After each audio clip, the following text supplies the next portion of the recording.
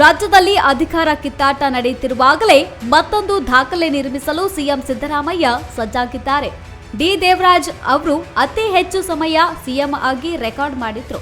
ಆ ದಾಖಲೆಯನ್ನ ಸಿಎಂ ಸಿದ್ದರಾಮಯ್ಯ ಮುರಿದಿದ್ದಾರೆ. ಇದೀಗ ಅತಿ ಹೆಚ್ಚು ಬಜೆಟ್ ಮಂಡನೆ ಮಾಡುವ ಏಕೈಕ ವ್ಯಕ್ತಿ ಎಂಬ ಹೆಗ್ಗಳಿಕೆಗೂ ಪಾತ್ರರಾಗಲಿದ್ದಾರೆ.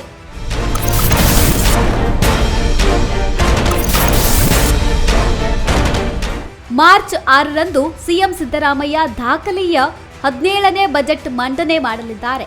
ಸಿದ್ದರಾಮಯ್ಯನವರು ಈಗಾಗಲೇ ಇಲಾಖಾವಾರು ಪೂರ್ವಭಾವಿ ಸಭೆಗಳನ್ನು ನಡೆಸುತ್ತಿದ್ದು, ಮುಂಬರುವ ಚುನಾವಣೆ ಹಾಗೂ ಗ್ಯಾರಂಟಿ ಯೋಜನೆಗಳ ಅನುಷ್ಠಾನದ ದೃಷ್ಟಿಯಿಂದ ಈ ಬಜೆಟ್ ಅತ್ಯಂತ ಮಹತ್ವದಾಗಿದೆ.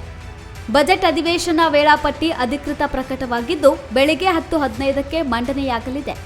ಬಜೆಟ್ನಲ್ಲಿ ಯಾರಿಗೆ ಏನೆಲ್ಲ ಸಿಗಲಿದೆ ಅನ್ನೋದರ ಬಗ್ಗೆ ತಿಳಿಯಲು ಸಿದ್ದರಾಮಯ್ಯ ಇಲಾಖಾವಾರು ಸಭೆ ನಡೆಸಿ ಮಾಹಿತಿ ಪಡೆದಿದ್ದಾರೆ. ಅಂತೆಯೇ ಸಿದ್ದರಾಮಯ್ಯರ ಈ ಬಜೆಟ್ ಭಾರಿ ನಿರೀಕ್ಷೆ ಹುಟ್ಟುಹಾಕಿದೆ.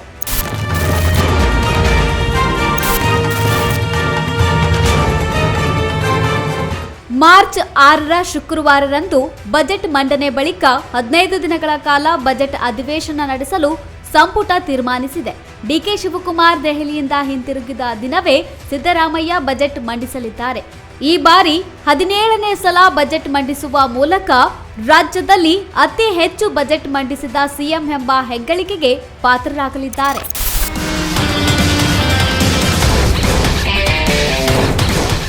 ಸಂಪುಟ ಸಭೆಯಲ್ಲಿ ಒಂದಿಷ್ಟು ಮಹತ್ವದ ವಿಚಾರಗಳ ಬಗ್ಗೆಯೂ ಚರ್ಚೆ ನಡೆದಿದೆ.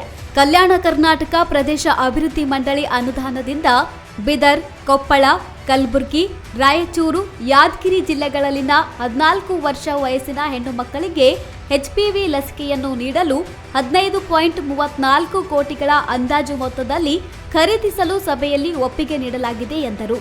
ಇದರ ಜೊತೆಗೆ ತೋಟಗಾರಿಕೆ ವಿಜ್ಞಾನಗಳ ವಿಶ್ವವಿದ್ಯಾಲಯ ಬಾಗಲಕೋಟೆ ಇಲ್ಲಿ ಜೀನ್ ಬ್ಯಾಂಕ್ಗೆ ಅನುಮೋದನೆ ನೀಡಲಾಗಿದೆ. ಹಾಗೆ 11.12 ಕೋಟಿಗಳ ಅಂದಾಜು ಮೊತ್ತದಲ್ಲಿ ನಬಾರ್ಡ್ ಆರ್ಥಿಕ ನೆರವಿನೊಂದಿಗೆ ನಿರ್ಮಾಣ ಮಾಡಲು ಆಡಳಿತಾತ್ಮಕ ಅನುಮೋದನೆ ಸಿಕ್ಕಿದೆ.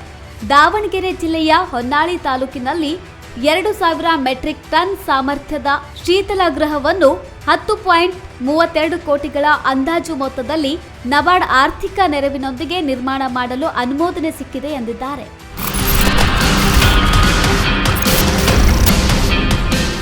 ಇಕ್ಕಟ್ಟಿನಲ್ಲಿದ್ರೂ ಸಿದ್ದರಾಮಯ್ಯ ತಮ್ಮ ಸ್ಥಾನದ ಮಹತ್ವವನ್ನ ಅರಿತು ಬಜೆಟ್ ಮಂಡನೆಗೆ ತಯಾರಿ ನಡೆಸಿದ್ದಾರೆ.